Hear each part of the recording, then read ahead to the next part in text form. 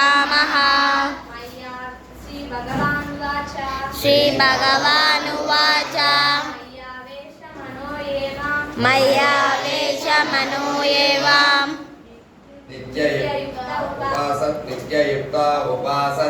नित्ययुक्ता उपासते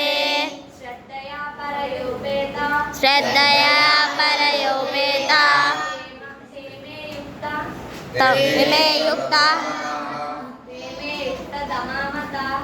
ते मे युक्ततमा मताः ये त्वक्षरमनिर्देश्यम् अव्यक्तं पर्युपासते सर्वत्र गमचिन्त्यं च कूटस्थम् अचलं ध्रुवम्।